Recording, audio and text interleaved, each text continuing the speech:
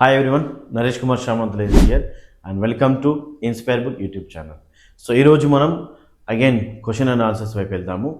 So already చాలా విషయం మనం డిస్కస్ చేసాము. ఈరోజు కూడా మన ముందు కొద్దిమంది డైరెక్ట్ సెల్లర్స్ ఉన్నారన్నట్టు. సో వాళ్ళ దగ్గర నుంచి కొన్ని క్వశ్చన్స్ తీసుకుందాం. Question please. సార్, డైరెక్ట్ సెల్లింగ్లో గైడ్లైన్స్ అంటున్నారు సార్. ఆ గైడ్లైన్స్ గురించి మాకు చెప్తారా సార్? షూర్, డెఫినెట్గా. సో గైడ్లైన్స్ కనుక కొంచెం సమరైజ్ తీసి మీకు చెప్తున్నాను. అంటే ఇండియన్ డైరెక్ట్ సెల్లింగ్ గైడ్లైన్స్ ప్రకారం ఏమేం పాయింట్స్ వాళ్ళు కవరప్ చేశారనేది. సో ఫస్ట్ థింగ్ దీంట్లో what is direct selling?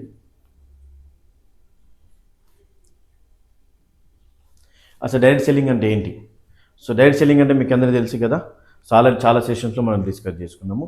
Manufacture అయిన ప్రోడక్ట్ని కస్టమర్కి డైరెక్ట్గా పంపించే ప్రాసెస్ ఏదైతే ఉందో దాన్ని మనం డైరెక్ట్ సెల్లింగే చెప్తూ ఉంటాం. Number 2, main purpose of guidelines. మరి గైడ్లైన్స్ యొక్క మెయిన్ ఉద్దేశం ఏంటి అంటే, ఆ రూల్స్ అండ్ రెగ్యులేషన్స్ ఎందుకు తీసుకొచ్చారు అంటే, direct selling companies operating in India మొత్తంలో చాలా కంపెనీస్ ఆపరేటింగ్ చేస్తున్నాయి కదా, అండ్ వాళ్ళకి ఇండియన్ కన్జ్యూమర్స్ ప్రకారం so main purpose of guidelines. So ఈ రూల్స్ యొక్క మెయిన్ పర్పస్ ఏంటి అంటే, so prevent from the pyramid schemes. So pyramid schemes నుంచి జనాలను బయటపడేయడానికి and protect the consumers and companies also. So మంచి కంపెనీస్ కూడా ఉన్నవి, వాటిని ఏమంటారు, అలాంటి కంపెనీస్ని రక్షించడానికి కావచ్చు, డైరెక్ట్ సెల్లర్స్కి కావచ్చు, ఈ రూల్స్ అండ్ రెగ్యులేషన్స్ అనేది చాలా మంచి యూస్ఫుల్ అవుతుందండి. And main thing third one ఏంటంటే, హూ మస్ట్ ఫాలో, ఎవరు మెయింటైన్ చేయాలి దీన్ని, who has to follow the guidelines, ఎవరు దీన్ని ఫాలో చేయాలి అంటే, అది ఇదంతా కూడా ఈ గైడ్లైన్స్ అనేది టోటల్ ఇండియాలో ఆపరేటింగ్ అవుతున్న డైరెక్ట్ సెల్లింగ్ కంపెనీస్కి ప్లస్ డిస్ట్రిబ్యూటర్స్కి అండ్ డైరెక్ట్ సెల్లర్స్కి ఎవరైతే ఉన్నారో వాళ్ళందరికీ కూడా వర్తిస్తాయి ఈ గైడ్లైన్స్ అనేది. అండ్ కొన్ని కంపెనీస్ ఫారిన్ బేస్డ్ కంపెనీస్ కూడా ఇండియాలో వర్కౌట్ చేస్తున్నాయి కదా, వాళ్ళకి కూడా ఈ గైడ్లైన్స్ అనేది వర్కౌట్ అవుతూ ఉంటుంది. అండ్ ఈ గైడ్లైన్స్లో నెంబర్ 4 క్లియర్గా మెన్షన్ చేస్తున్నారు. ఏంటి అంటే, పిరమిడ్ స్కీమ్ గురించి ఎలా ఉంటుంది,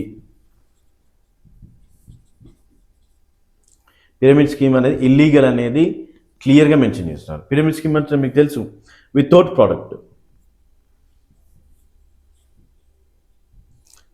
ప్రోడక్ట్ ఓన్లీ మనీ సర్క్యులేషన్ ఏదైతే అవుతూ ఉంటుందో, సో దాన్ని ఈ గైడ్లైన్స్లో క్లియర్ కట్గా అర్థం చేయించారు అన్నట్టు. దాంతోపాటు దీంట్లో ఇంకా కవరప్ చేసిన పాయింట్స్ ఏంటి అంటే, కంపెనీ రిజిస్ట్రేషన్ అనేది mandatory పెట్టేసిందండి.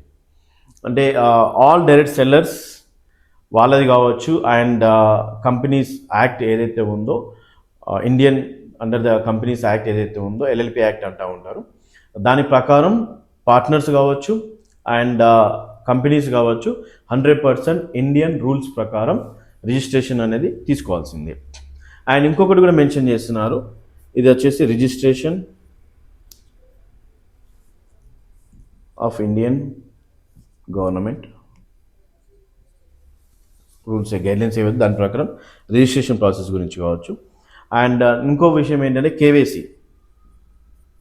KYC of direct seller, దీని గురించి కూడా గైడ్లైన్స్లో క్లియర్గా అర్థం చేయించున్నారు.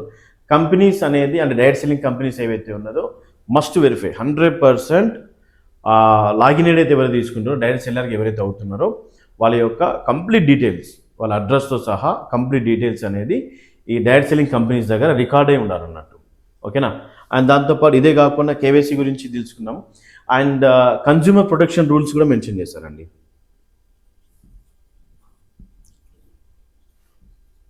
గైడ్లైన్స్లో ఇవన్నీ మెన్షన్ చేశారు, కన్జ్యూమర్ ప్రొటెక్షన్ రూల్స్.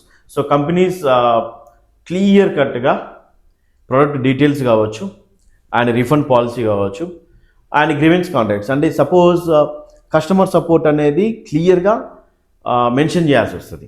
ఓకేనా? అది కూడా ఏ విధమైన స్ట్రక్చర్ మెయింటైన్ చేయాలి దాని గురించి గైడ్లైన్స్ మెన్షన్ చేస్తున్నారు. సో నేను వీడియోలో చెప్పిన 8th పాయింట్ అండి.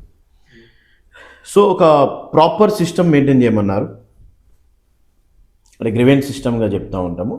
ఇదేంటి అంటే, ఫర్ ఎగ్జాంపుల్ అసోసియేట్ కనుక, కస్టమర్ కనుక లాగిన్ అయిన తర్వాత తన ప్రోడక్ట్ వచ్చింది, ప్రోడక్ట్కు ఏదైతే ప్రోడక్ట్ పర్చేజ్ చేస్తున్నాడో ఆ ప్రోడక్ట్కి అక్నాలజ్మెంట్ ఇవ్వాల్సిందే. అండ్ వాళ్ళకి ఏదైనా ప్రోడక్ట్ విషయంలో డౌట్ ఉన్నా, ప్రోడక్ట్ విషయంలో ఏదైనా క్లారిటీ కావాలన్నా కూడా 100% 48 అవర్స్లో వాళ్ళకి అక్నాలజ్మెంట్ ఇవ్వాలి. అండ్ విత్ ఇన్ ఏ మంత్లో వాళ్ళకి ఆ విషయంలో క్లారిటీ అని ఇవ్వాలండి. ఆ ప్రాబ్లం అనేది రీసాల్వ్ చేసేసేయాలి. ఓకేనా? అలాంటి సిస్టమ్ ఏ కంపెనీ అలాంటి సిస్టమ్ మెయింటైన్ చేయాలనేది కూడా గైడ్లైన్స్లో మెన్షన్ చేసింది అన్నట్టు. అండ్ ఇంకొక పాయింట్ కూడా మెన్షన్ చేసింది, misleading and misleading the claims. అంటే మిస్లీడింగ్ ద క్లెయిమ్స్ అంటే ఏంటి? డైరెక్ట్ సెల్లర్స్ అంటే డైరెక్ట్ సెల్లింగ్ చేసే వాళ్ళు ఎవరైనా కూడా ఫాల్స్ ప్రామిస్ చేయొద్దు అబౌట్ ద ఇన్కమ్ విషయంలో ఎటువంటి ఫాల్స్ ప్రామిస్ చేయొద్దు. అండ్ రెండవది, హెల్త్ ప్రోడక్ట్లు ఏవైతే ప్రమోట్ చేస్తున్నారో దాని యొక్క బెనిఫిట్స్ ఏదైతే ఉన్నదో ఆ బెనిఫిట్స్ మాత్రమే చెప్పాలి తప్ప అడిషనల్ అంటే లేనిది కూడా మనం క్రియేట్ చేసి చెప్పకూడదు. అండ్ ప్రోడక్ట్ పర్ఫార్మెన్స్ ఎలా ఉంటుంది అనేది కూడా ఏది రియాలిటీ ఉందో అది మాత్రమే చెప్పాలి తప్ప ఎలాగైనా ప్రోడక్ట్ మనం సేల్ చేయని ఉద్దేశంతో ఆ ప్రోడక్ట్ విషయంలో లేనిపోని అబద్ధాలు చెప్పొద్దు అనేది కూడా క్లియర్ కట్గా మెన్షన్ చేసినారు. అండ్ ఇది కూడా మెన్షన్ చేశారండి, నో ఫోర్స్డ్. గైడ్లైన్స్లో ఇది కూడా ఒక పాయింట్ మెన్షన్ చేసినారు. అంటే పర్చేస్ చేయడానికి నో ఫోర్స్. సో ఎటువంటి ఫోర్స్ అనేది చేయకూడదు అనేది కూడా క్లియర్గా మెన్షన్ చేస్తున్నారు. అండ్ ఇంతేకాకుండా ఇవే పాయింట్స్ కాకుండా ఇంకా కొన్ని పాయింట్స్ కూడా గైడ్లైన్స్లో మనకు, అంటే నేను గైడ్లైన్స్ని ఎలా అంటే మనకు అర్థమయ్యే విధంగా కొంత సమరైజ్ చేసి మీకు అర్థం చేయించే ప్రయత్నం చేస్తున్నాను. ఓకేనా? సో ఇంతమంది ఏం మాట్లాడుకున్నాం మనం? మిస్లీడింగ్ ఏదైతే ప్రోడక్ట్ పర్చేసింగ్ ఉన్నదో ఎటువంటి ఫోర్స్ లేకుండా వర్కౌట్ చేయాలని చెప్పేసి. అండ్ ఇంకొక విషయం ఏంటి అంటే, ఆన్లైన్ సెల్లింగ్ కంపెనీస్ ఏవైతే ఉన్నాయో, ఆన్లైన్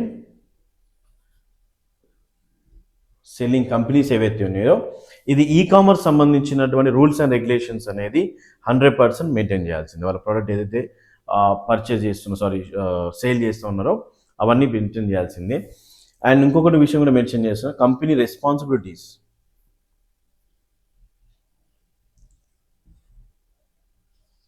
సో కంపెనీ యొక్క రెస్పాన్సిబిలిటీస్ ఏంటి?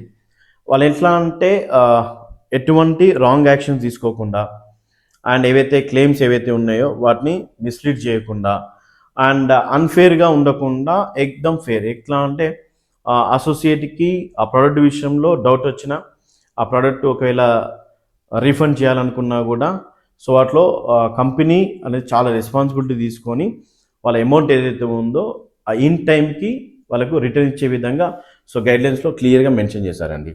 అని అంతేకాకుండా state government monitoring.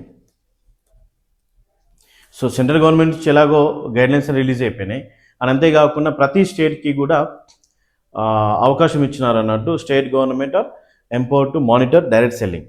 So direct selling కంపెనీస్ని మానిటరింగ్ చేయడానికి కూడా స్టేట్ గవర్నమెంట్స్ కూడా కొంత మానిటరింగ్ సిస్టమ్ ఇచ్చారు. అండ్ ఇంపార్టెంట్ వార్నింగ్ కూడా ఇచ్చినారు అన్నట్టు. Important warning for illegal companies.